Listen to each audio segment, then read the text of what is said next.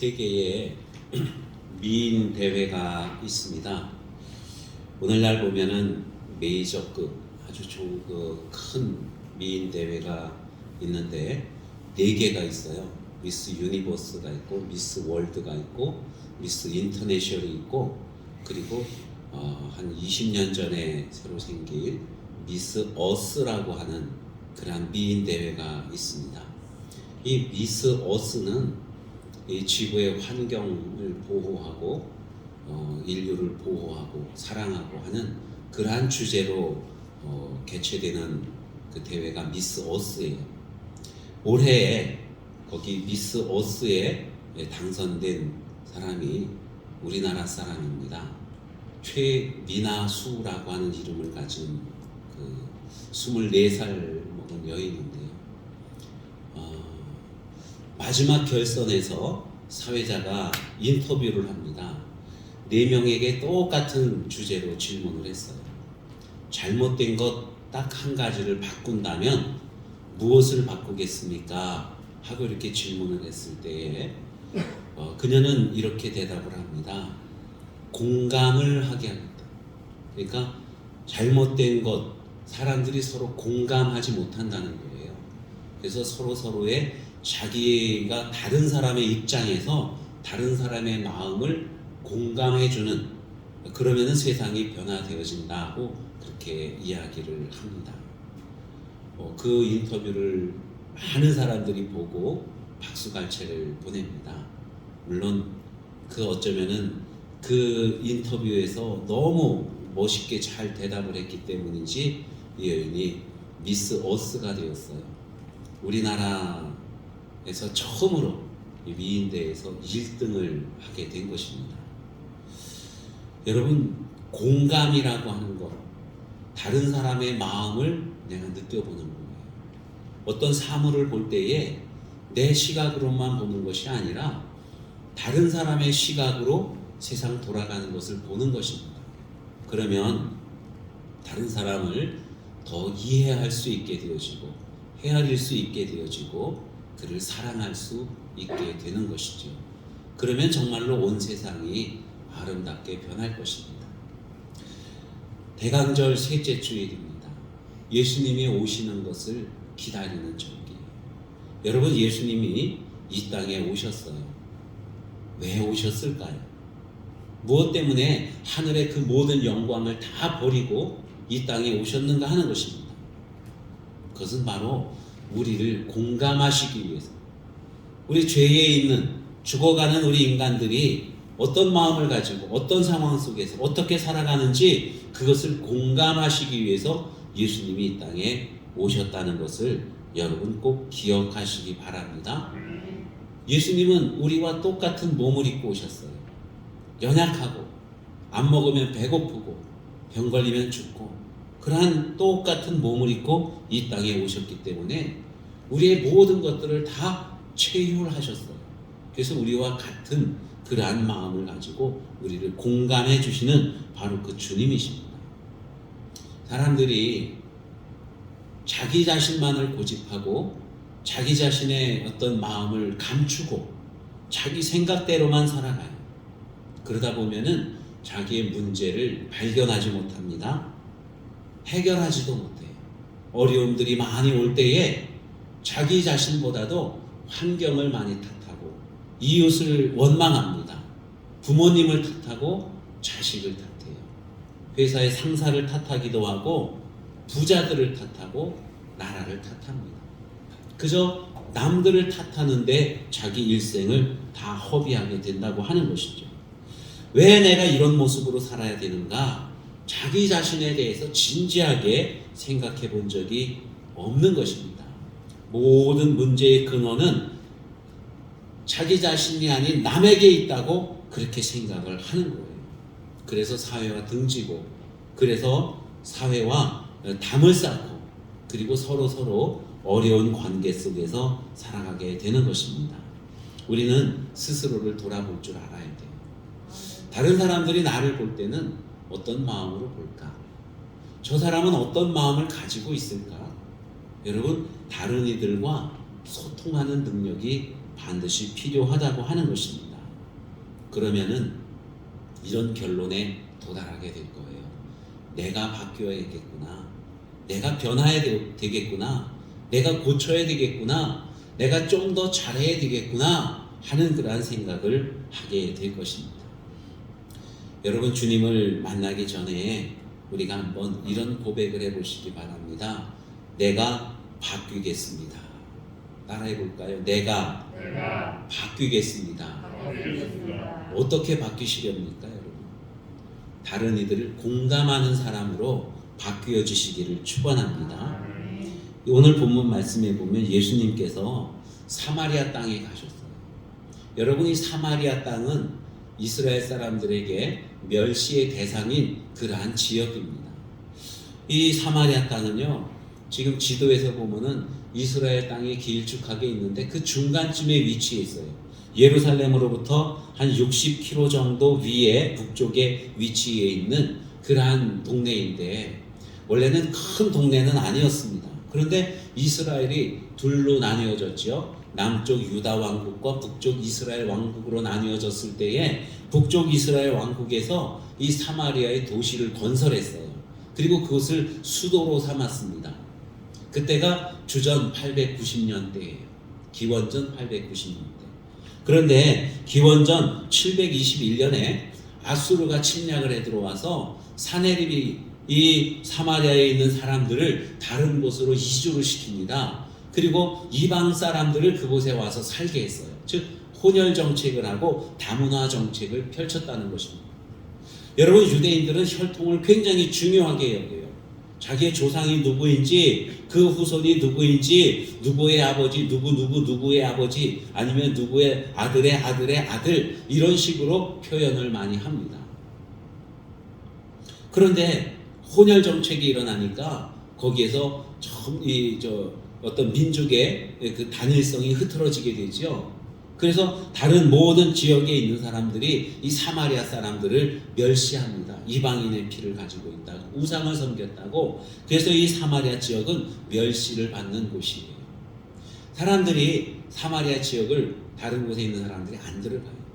자, 예루살렘은 남쪽에 있고 갈릴리 지역은 저 북쪽에 있습니다. 갈릴리 사람들이 예루살렘을 가려면은 사마리아 지역을 지나가야 되는데 너무 싫은 거예요. 그래서 일부러 다른 길로, 바닷길이나 아니면 요단강 동쪽에 있는 왕의 길로 이렇게 해서 예루살렘으로 가기도 하고 그럽니다. 자, 이렇게 이 사마리아라고 하는 곳이 멸시받는 도시인데 예수님께서는 제자들에게 자, 가자, 우리가 사마리아 땅을 지나가야겠다 이래 말씀하시고는 제자들이 걱정하죠. 근심하죠. 그것은 정말 멸시받는 땅이고 저주받는 땅인데 어떻게 예수님이 그리로 가십니까? 자, 그래도 예수님은 제자들과 함께 사마리아 땅에 들어섰어요. 사마리아 땅 들어가는 입구에는 오래된 우물이 있는데 그 옛날에 야곱이 판 우물이라고 전설적으로 이렇게 전해지고 있습니다. 사람들이 그 물에 와서 물을 길어다가 생활을 하고 있어요. 보통 물을 기를 때는 아침 저녁으로 선선할 때 와서 물을 길어 갑니다. 그리고 물을 길어 갈 뿐만이 아니라 우물가니까 거기서 사람들이 빨래도 할 것이고 뭐 여러 가지 그런 일들을 할 거예요.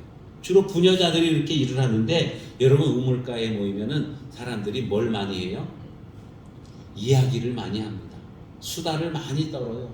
다른 사람들 도마에 올려놓고 입방아를 많이 찝니다. 그런데 예수님께서 그곳에 가셨을 때는 정오의 시간이었어요. 즉 낮 12시입니다. 성경에는 제6시 이렇게 말씀하는데 이것은 오늘날 시각으로 말하면은 정오 한낮인 거예요. 한낮에는 사람들이 우물에 물을 길러 오지 않거든요. 그런데 예수님이 정오에 이 우물가에 갔을 때 한 여인이 물을 기르러 왔습니다. 예수님께서 여인에게 나에게 물 좀 주시오 이렇게 말씀하셨어요. 그러니까 이 여인이 예수님을 빤히 쳐다보더니만 당신은 유대인 남자인데 어찌 사마리아 여자인 나에게 물을 달라고 하십니까? 그러면서 툭 쏘아 붙였어요. 예수님께서 내가 누구인지 알았더라면 나에게 오히려 물을 달라고 했을 것이다. 내가 주는 물은 영원히 목마르지 않는 물이다 하고 주님이 그렇게 말씀하십니다. 그러니까 이 여인이 주여 그 물을 나에게도 주어서 다시는 이 우물에 물을 기르러 오지 않게 해주세요 하고 이렇게 간청을 하는 거예요. 여러분, 이 여인이 왜 이런 말을 할까요? 우물가에 오는 것이 여인에게는 정말 너무 힘든 일이었어요. 왜냐하면 사람들이 자기를 보면은 수근수근 거리거든요. 헐뜯고 비방하고 수다의 어떤 대화의 도마에 올려놓고 난도질을 하거든요. 그래서 이 여인은 다른 사람들과 부딪히는 것이 싫었어요. 그래서 아무도 오지 않는 정오에 물을 기르러 왔던 것입니다. 이 여인은 사람들의 입방아에 오르내리는 이유가 있었습니다. 나중에 예수님께서 물어보실 때 이 여인이 말을 해요. 나는 남편이 없습니다 하고 이렇게 얘기를 하는데 예수님은 다 알고 계셨어요. 이 여인에게는 남편이 원래 5이 있었습니다. 어떤 남편들이었을까요? 상상을 해보면 그렇습니다. 외모가 잘생긴 미남인 미서방이 있었을 것이고, 그 미서방은 얼굴은 잘생겼는데 정이 없어요. 쌀쌀 맞아요. 그래서 그와 헤어지고 정이 많은, 사랑이 많은 정서방과 결혼을 했을 것입니다. 그런데 이 정서방은 마음은 따뜻하고 정은 많이 있는데 돈이 너무 없어요. 너무 가난한 거예요. 그래서 헤어지고 다시 김서방과 결혼을 했어요. 돈이 많은 김서방과 결혼을 했어요. 그런데 이 김서방은 돈은 많은데 사람이 아주 무식해요. 무식한 사람이랑 못 살겠다. 그래서 공부를 많이 한 문서방과 결혼을 했던 것이죠. 이 문서방은 책은 많이 읽고 아는 건 많은데 사람이 힘이 없어요. 아무래도 남자는 권세가 있어야지. 그래서 권서방과 또 결혼을 했어요. 여러분, 이렇게 많이 바꿔가며 결혼을 했어도 마음에 드는 사람이 없다는 것입니다. 그래서 또 그와 헤어지고 지금 사는 남자도 자기 남편이 아니라고 그래요. 일반적으로 우리는 그렇게 생각을 합니다. 모든 사람들이 다른 사람을 볼 때 그런 시각으로 봐요. 저 사람은 행실이 좀 안 좋은 사람이야. 그 사람의 입장에서 생각하지 아니하고 자기들의 시각으로 보고 자기들의 마음으로 해석하고 자기들이 그냥 그렇게 헐뜯으며 말을 합니다. 여러분, 그런데 2000년 전 예수님 당시에는요, 여인들이 뭐 이렇게 자기 마음대로 이 남자 저 남자 바꿔가면서 그렇게 결혼을 할 수 있는 그러한 문화가 절대로 아닙니다. 이혼할 수 있는 권리는 남편에게만 있는 거예요. 그러니까 다시 말하면 이 여인은요, 뭐가 부족한지는 몰라도 계속해서 버림을 받았다는 이야기입니다. 상처를 많이 입은 그러한 여인인 거예요. 그러니 얼마나 많이 마음에 한이 있겠습니까? 마음에 한이 있고 스스로의 삶도 고달픈데 사람들이 입방아까지 오르내리고 정말 어쩌면 세상 살기 싫었을 거예요. 마음이 꼬일 대로 꼬였습니다. 그러니까 예수님이 나에게 물 좀 주시오. 그럼 목마른 사람이 왔으니까 물 한 바가지 떠서 드리면 되는데 당신은 유대인 남자인데 어찌 나에게 물을 달라고 하십니까? 그러면서 아주 이렇게 막 비비 꼬인 말로 예수님의 물 달라고 하는 그 말씀에 대해서 반박을 하고 있었던 것이죠. 여러분, 사람이 마음에 상처가 있으면은 모든 것들을 바라볼 때에 온전하게 바라보지 못합니다. 말을 할 때에도 부드럽게 말을 하지 못해요. 내가 상처 입었기 때문에 다른 사람에게도 상처를 주려고 합니다. 그래서 늘 다른 사람들을 비난하고 원망하고 그러는 거예요. 내가 정말 많이 힘들면 여러분, 이웃들을 비난합니다. 정부를 비난하기도 하고 부자를 비난하고 사업가들을 비난하고 배운 사람들을 비난해요. 누구든지 걸리기만 해봐라 하면서 마음에 칼을 품고 있다는 거예요. 여러분, 빗나간 성품, 그래서 피곤한 인생을 살아가게 되는 것입니다. 이 여인 예수님과 대화를 하고 있는데 초점이 안 맞아. 예수님께서는 내가 주는 물을 먹으면 영원히 목마르지 아니할 거다 이렇게 말씀하시거든요. 이것은 그냥 H2O 그 물이 아니라 정말 생수를 말하는 거예요. 생명수를 말하는 거예요. 주님께서 함께 해주시면은 그 여인이 더 이상 갈급해하지 아니하고 갈망하지 아니하고 더 이상 슬픈 인생, 고달픈 인생을 살지 않고 구원받은 하나님의 자녀로 살아가게 된다는 것을 주님이 말씀해 주고 있거든요. 그런데 이 여인은요, 그렇게 받아들이지 않고 물을 주면은 그 물은 다시는 목마르지 않아요. 그럼 그 물을 마시면 내가 다시는 이 우물에 물을 들어오지 않아도 되겠네. 그러면 사람들과 마주치지 않아도 되겠네. 와, 그러면 정말로 내 소원이 이루어지는 거네. 하나님이 원하시는 것하고 우리의 소원하고 다르다는 것을 말씀하고 있어요. 하나님은 우리에게 영적인 것, 영원한 것을 우리에게 주기를 원하시는데 우리는 지금 이 순간에도 눈앞에 보이는 것을 하나님께 구하고 있다고 하는 것입니다. 주님 앞에 나와서 문제를 해결받아야 되는데 당장 인간적이고 세상적인 소원만 성취하고 당장 이 갈증을 해결하기 위해서 그것을 주님 앞에 구하며 살아가는 바로 우리들의 모습이라고 하는 것입니다. 여러분, 주님이 나에게 오셨어요. 무엇을 원하느냐 말씀하실 때에 우리는 무엇을 주님께 구해야 될까요? 여러분, 우리 주님께 은혜를 구하시기를 축원합니다. 하나님, 주님의 은혜가 필요합니다. 한없으신 주님의 은혜가 필요합니다. 나는 부족하고 나는 연약하고 나는 죄인입니다. 그래서 하나님의 은혜 없이는 살 수가 없습니다. 여러분, 주님 앞에 그렇게 기도하시기를 축원합니다.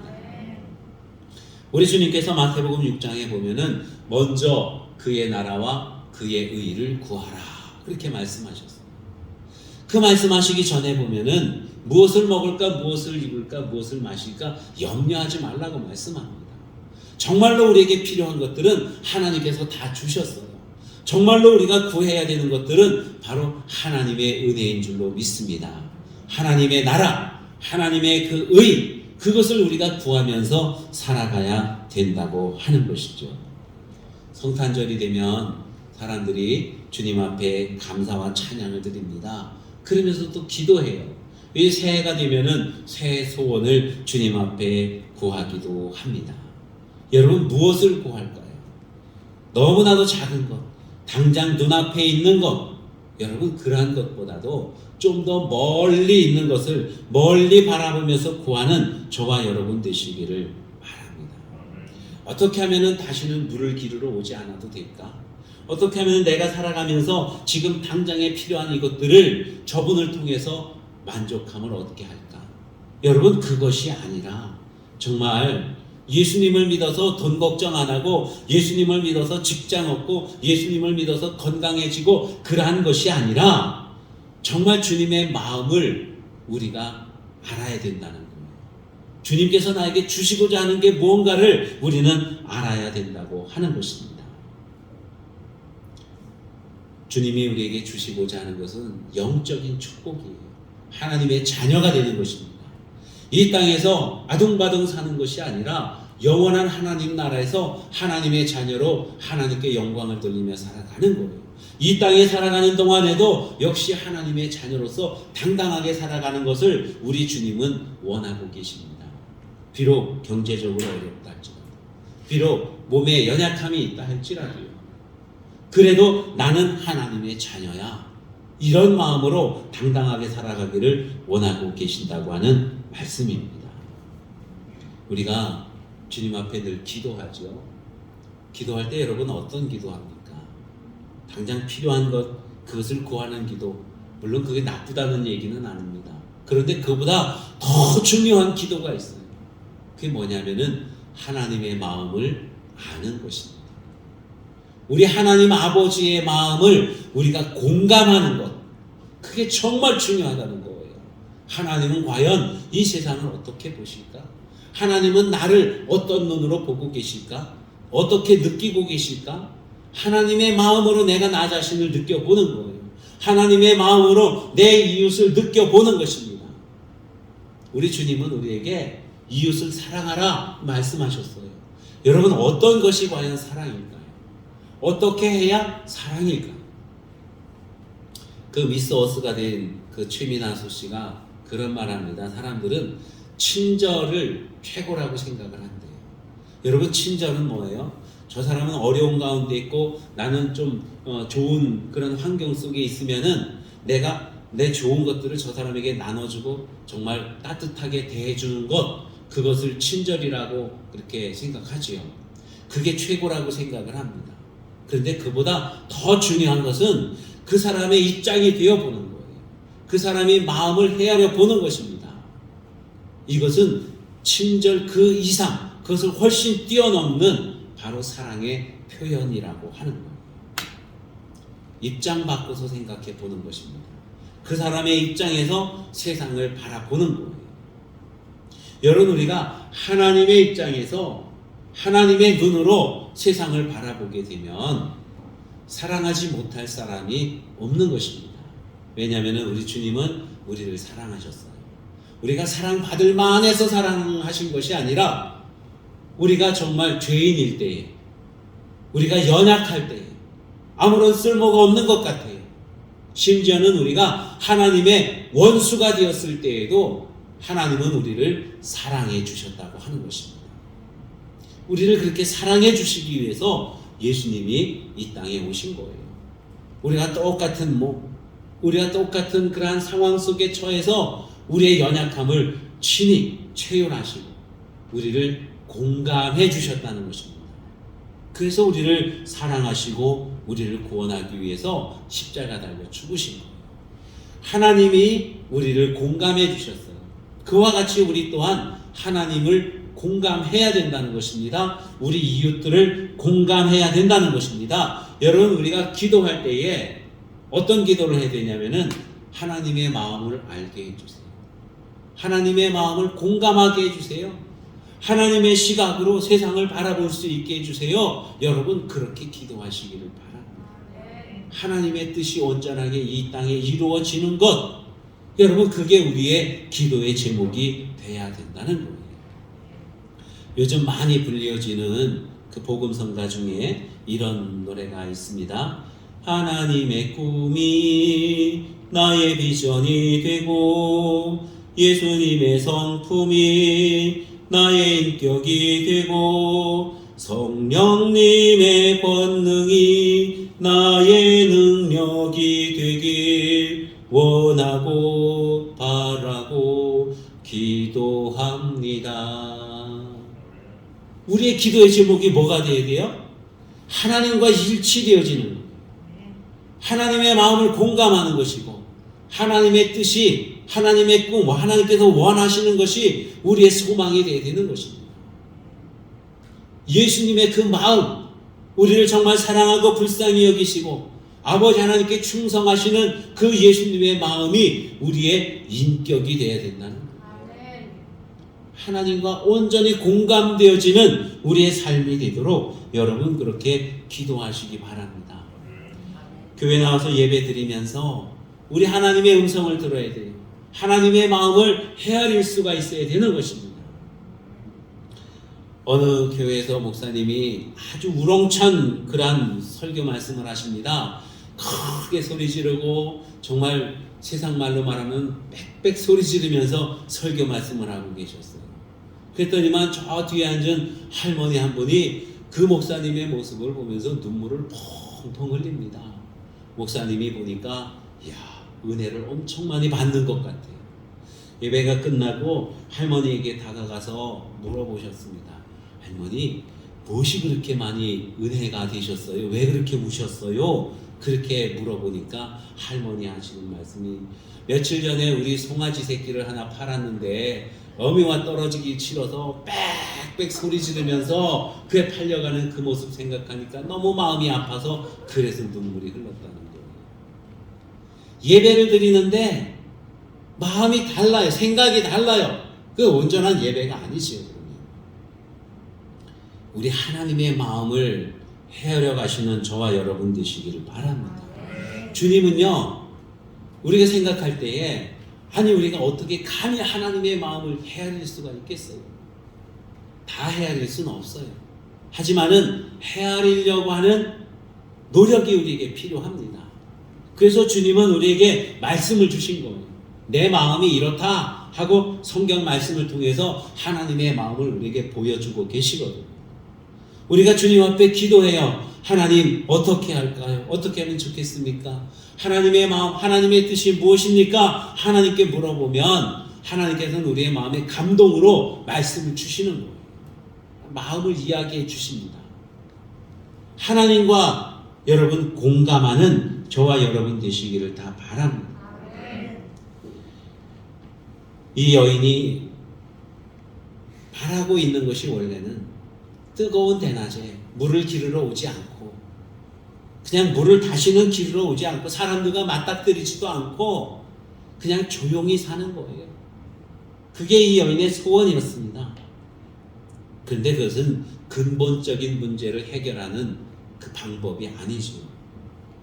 당장의 어떤 문제 해결보다 여러분 문제를 야기시키는 그 근본적인 환경 자체를 변화시킬 수 있는 능력, 그것을 주는 것이 바로 주님의 마음이었어요. 이 여인에게 다시는 세상을 향해 갈급해하지 아니하고 하나님의 차고 넘치는 은혜 가운데 살아가면서 넉넉한 마음으로 살아가는 것, 이게 바로 우리 주님의 마음이었다고 하는 것입니다. 주님이 이 여인에게 말씀해요. 네 남편을 데리고 오너라 를 말씀하십니다. 이 여인이 정말 난감해요. 남편이 옛날에 5이나 있지만은 없어요. 지금 살고 있는 사람도 남편은 아니에요. 그러니까 너무 자기에게 불편한 질문을 예수님께서 하신 거예요. 어쩌면은 이 여인이 정말 고깝게 들으면은 상처를 입을 수도 있지 않습니까? 그런데 근본적인 문제를 지적하심으로 인해서 지금 너의 상태를 한번 살펴봐라. 너에게 필요한 것은 당장 마시는 물이 아니라는 거예요. 네 인생의 진정한 갈급함을 풀어줄 수 있는 영생하는 물, 다시는 목마르지 않는 물, 하나님 아버지가 주시는 물, 바로 그것이 필요하다고 주님이 말씀하고 있습니다. 제 약점이 뭔지 아세요? 제 약점은 정말 다른 사람들에게 그 속에 있는 이야기를 잘 못해요. 꼭 뭔가 이렇게 고치기 위해서는 상처를 후벼 파기도 하고 좀 도려내기도 하고 이래서 좀 모진 말도 해야 되는데 그 말을 잘 못해요. 그래서 애들로 좀 이렇게 돌려 말하면은 듣는 사람들은 그냥 안 느껴요. 그냥 다른 이야기인 줄 알아요. 남의 이야기인 줄만 알아요. 혹시나 여러분 제가 돌려 말을 해도 새겨 들으시기를 바랍니다. 저는 직설적으로 얘기를 잘 못하거든요. 그러니까 여러분 돌려 말해도 아, 나에게 하는 말씀이구나 새겨 들으시기를 바랍니다. 이건 뭐 딱 어떤 분만이 아니라 우리 모두에게, 저 자신에게도 해당되어지는 그러한 이야기예요. 근본적인 문제를 우리가 알아야 돼요. 그 문제를 솔직하게 주님 앞에 내어놓고, 주님 어떻게 하면 좋습니까? 그 문제에 대한 주님의 마음을 들어보는 거예요. 공감해 보는 것입니다. 우리 주님께서 이 땅에 찾아오신 뜻은요, 그냥 병자를 고치기 위해서, 배고플 때 먹을 것을 주기 위해서, 목마른 사람에게 그냥 물 한 모금 주기 위해서 그래서 오신 주님이 아니시죠. 근본적인 문제를 해결해 주시고 하나님과의 모든 관계를 온전하게 회복시켜 주기 위해서 우리 주님께서 이 땅에 오셨다고 하는 것입니다. 그래서 그러한 주님을 만나면 주님 앞에 예배를 드릴 때에 정말 우리의 모든 문제들이 해결받고 하나님을 만나는 기쁨, 참된 기쁨이 있는 그러한 예배를 주님 앞에 드려야 되는 것이지요. 우리 주님과의 영적인 만남이 없다면 우리는 지금 이 상태의 사마리아 여인과 다를 바가 없을 것입니다. 늘 갈증을 느끼면서 지금 당장 필요한 소원만 빌 뿐이지 하나님을 만나려고 하지를 않게 되는 거예요. 여러분, 진정으로 우리를 찾아오신 그 주님을 만나는 저와 여러분 다 되시기를 바랍니다. 이 여인에게 내 남편을 데리고 오라 이렇게 말씀하셨을 때에 여러분, 이 여인은 주님 앞에 솔직해집니다. 그래서 나는 남편이 없습니다. 자기의 모든 정말 저 밑바닥에 있는 모든 부끄러움까지도 우리 주님 앞에 다 내려놓는 거예요. 내가 왜 이런 삶을 살고 있는지 그 이유는 주님께서 다 알고 계셔요. 나는 남편이 없습니다. 여러분, 우리 주님을 만날 수 있는 가장 첫 걸음이 자기 자신을 알고 자기를 주님 앞에 내려놓는 거예요. 우리 예배를 드리면서 첫 시간에 사죄의 기도를 하지 않습니까? 참회의 기도를 해요. 우리 정말로 가장 드러내기 어려운 그러한 것들을 먼저 주님 앞에 내려놓을 때에 우리가 주님을 만날 수 있고 근본적인 해결책을 주님께서 우리에게 허락해 주시는 것을 우리가 알 수가 있습니다. 이 여인은 가능성이 있어요. 정말 주님을 만나고 주님께서 주시고자 하는 것을 받아 누릴 수 있는 가능성이 있다는 것입니다. 그것은 바로 주님 앞에 자기를 내려놓는 거예요. 우리 주님께서 이미 모든 것을 다 알고 계시지만 그럼에도 이 여인은 자기를 내려놓습니다. 자기를 내려놓으면서 사실 보면은 자기 자신을 자기가 알게 되는 거예요. 나에게 정말로 필요한 것이 무엇인지를 알게 되는 것입니다. 환경, 그러한 것들이 우리의 삶에 문제가 있는 것이 아니다. 나 자신에게 문제가 있다는 것을 알게 되는 것이죠. 여러분, 우리를 구원하시기 위해서 오시는 우리 주님을 만나시기 바랍니다. 만난다는 것은 주님의 마음을 공감하는 거예요. 주님께서 우리의 마음을 공감하기 위해서 오셨습니다. 우리도 주님의 마음을 공감할 수 있는 저와 여러분 다 되시기를 바랍니다. 기도하겠습니다.